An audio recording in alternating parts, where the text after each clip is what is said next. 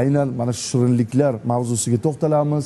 Umuman to'g'ri ovqatlanish, salomatligimiz borasidagi eng muhim tavsiyalarni ayni payt mana hozir nozir bo'lib turgan do'stimiz nutritsiolog, ya'ni shu to'g'ri ovqatlanish bo'yicha mas'ul hisoblangan Shahriyor Mavlonovni studiyamizga taklif qilamiz. Marhamat.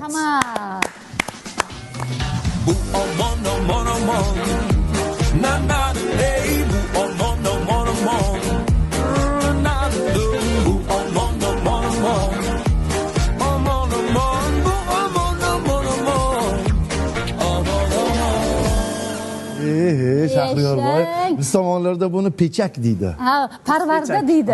Qurs pechak. Qurs pechakning qursi yo'q edi bizda. Parvarda deydi. Parvarda. O'zi adabiy tilda ham parvarda. Parvarda va mana bu kunjutlik, shirinliklar. Assalomu alaykum. Assalomu alaykum. Xush ko'rdik eng avvalo. Bayramingiz muborak. Rahmat o'zingizga. Qanday bayram demaysizmi? Bahor bayrami. Yashang. Bahor bayrami, unga qo'shimcha bugun xalqaro shirinliklar kuni. Rostdan? Albatta-da. Albatta. Ertalab ijtimoiy tarmoqda o'qidim 20-fevral nima deydi, uchiga chiqqan g'irt yomon odamlar bayrami deb. Yo'q, shirinliklar. Pianistalar bayram deb yozgan. 1-aprelda oldinroq nishonlamayapsizmi? Shunaqa bo'lsa kerak. Endi siz hamma davraga shunaqa shirinliklar bilan kirib borasizmi? Qani bir tatib ko'rish bepul. Bemalol. Bayram muborak. Issiq choy bilan. Ha, zo'r ketadi. Erta tongdan kayfiyat beradi, asablarni tinchlantiradi. Agar shirinliklarni me'yorida yesangiz, hech qachon xasta bo'lmaysiz ekan. Endi o'zingiz buni mutaxassis sifatida aytib bersangiz ko'proq ishonishadi. Avvalambor hammaga assalomu alaykum, xayrli tong. Yashang. Qarshi shahridan keldim ayni paytda. Gap yo'q. Oldin ham omon-omonda shu sahnada, shu davrada bo'lganman.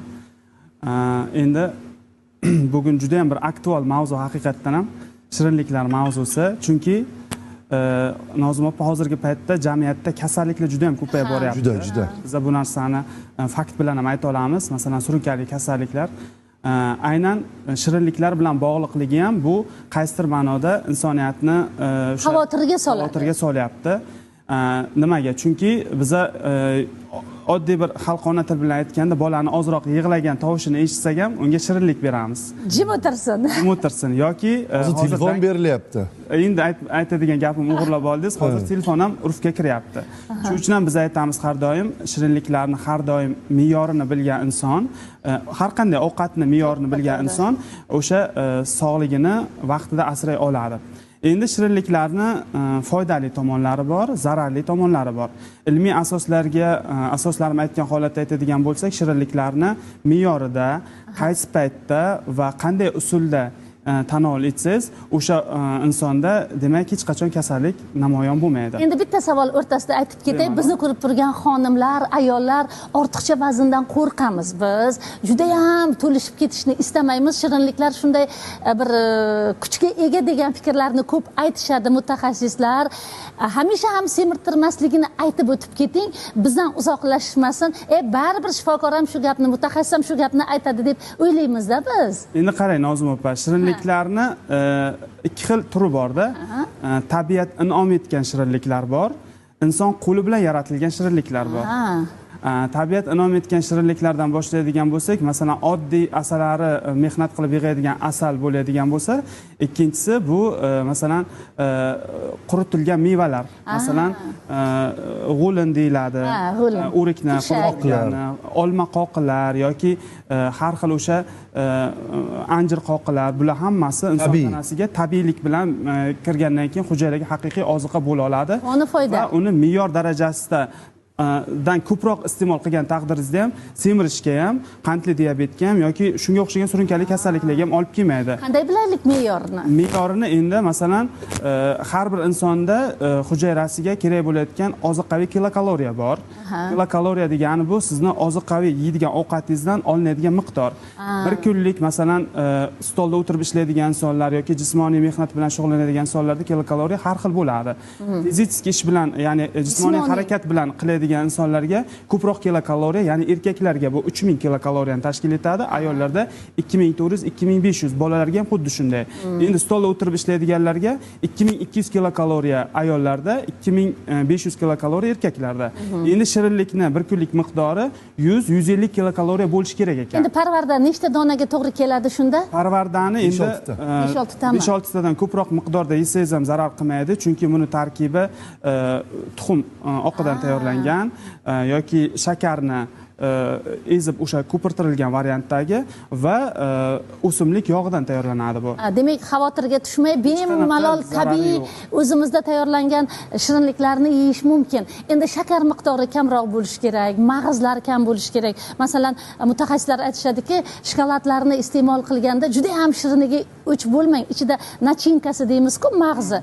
Mag'zi bo'lsa, yaxshisi yemaganingiz mumkin. Haqiqiy vazn oshiradigan o'sha joyi. Siz nima deysiz? Xuddi shunday, lekin shirinliklarni ham masalan yemasa bo'lmaydi. Organizm so'raydi-da. Insonni yaxshilik gormoni, sizni pozitiv gormonlaringiz shirinlik bilan keladi o'z aslida. Kayfiyatingiz ko'tariladi shirinlik yegan paytingiz. O'sha shirinlikni biz vaqtida yeyishimiz kerak. Shokolad bo'ladimi u? Chunki tarkibida kakaosi bor, kofeini bor. Bu kayfiyatni ko'taruvchi moddalar hisoblanadi yoki desertlar. Biz har zamonda o'sha desert yegimiz ham keladi. Lekin bitta xavotirli bizda jarayon bor. O'zbek xalqi bolajon xalq, o'zbek xalqi juda ham katta to'y hashamlarni qiladigan xalq. Birinchi dasturxonga borib e'tiborimizni bizni tortadigan narsa shirinliklar bo'ladi. Chunki juda ham chiroyli, hashamdor qilib eng o'rtahol oiladagi bo'ladigan to'ylarda ham xuddi shu narsaga e'tibor beramiz. Yoyinki siz ishdan chiqib borasiz, o'sha stolga o'tirganingizdan keyin birinchi ko'rinadi. O'sha shirinlik ko'zga ko'rinadi. Eng muhim ma'lumot, eng muhim tavsiya, men juda ko'p bora eshitganman. Och qoringa shirinlik yeyish mumkin emas deyishadi. To'g'rimi?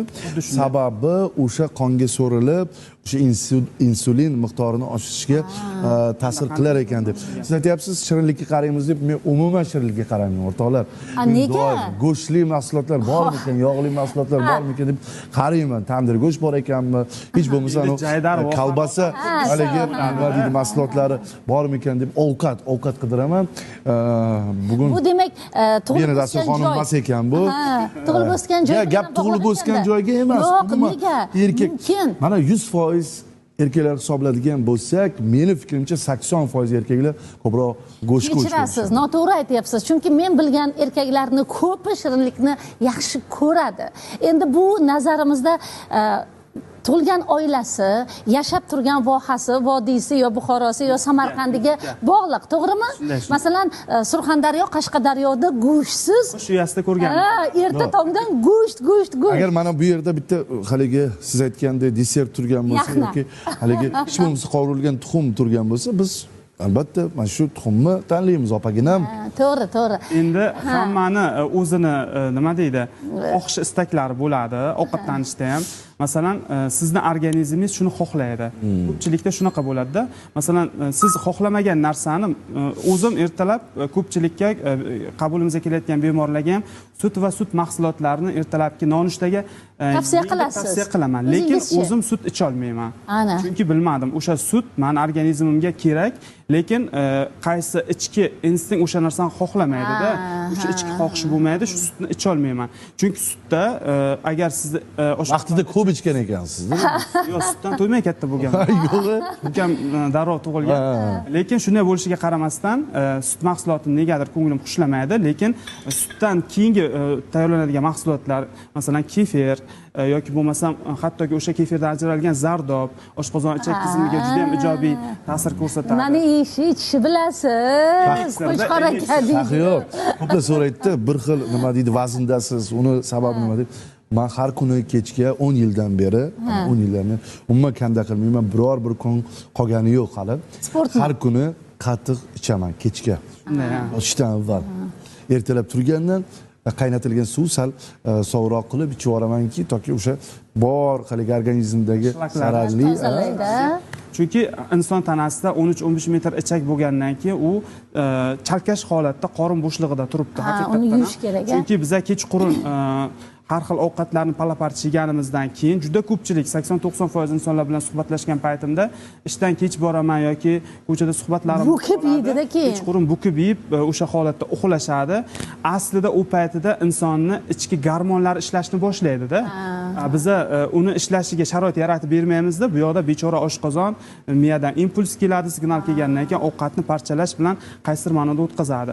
Lekin o'zbeklarning eng katta xatosi bor. Hozir shirinliklar magazinlari juda ham ko'payib ketgan yoki bo'lmasam shirinlik kafelari ko'paygan. Kechki paytda suhbatimiz ham bir piyola choy bilan shirinlik bilan bo'lyapti. Bu narsa noto'g'ri. Xo'p, organizm talab qilsa-chi?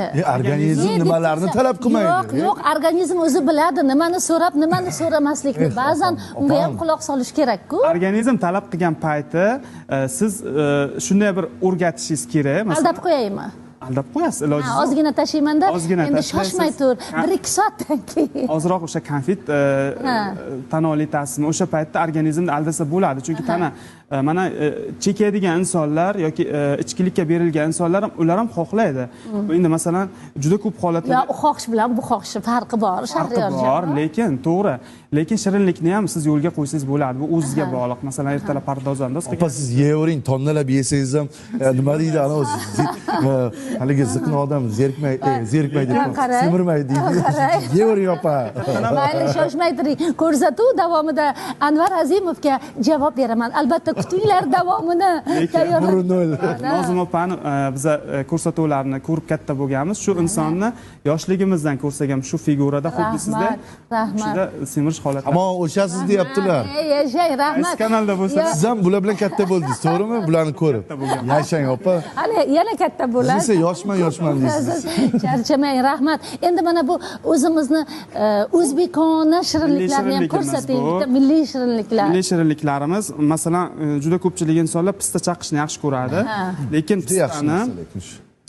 tabiiy asalni suyuqligiga qotirgan holatda pishirsa ham bo'ladi buni uy sharoitida. Keyin yoki bo'lmasam yer yong'oq. Yer yong'oqlik.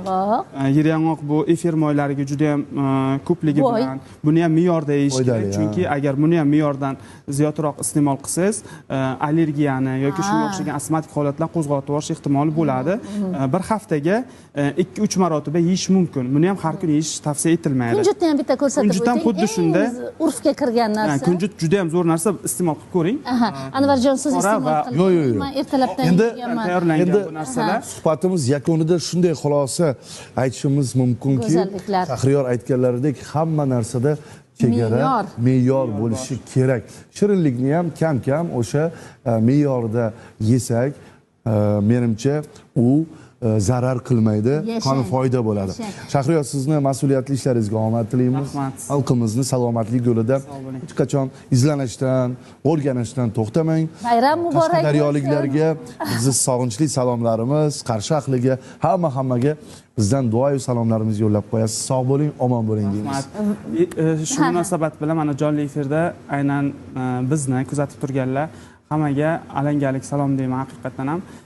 Chunki mana shunday bir juda ham chiroyli tongni Toshkentda sizlar bilan birgalikda qarshi olish bu katta baxt. Yashang, Xolasa mana rahmat. shunday tonglarni ko'pini qarshi olaylik.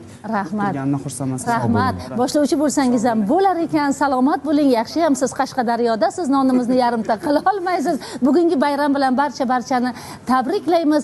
Yoningizdagi insoningizga hech bo'lmasa bitta shirinlikni hadya qilishni unutmang. Hayotingiz ham ana o'shanday go'zal va shirin bo'ladi azizlar. Biz ham tavsiya qilamiz. To'xtasangiz bo'ldi.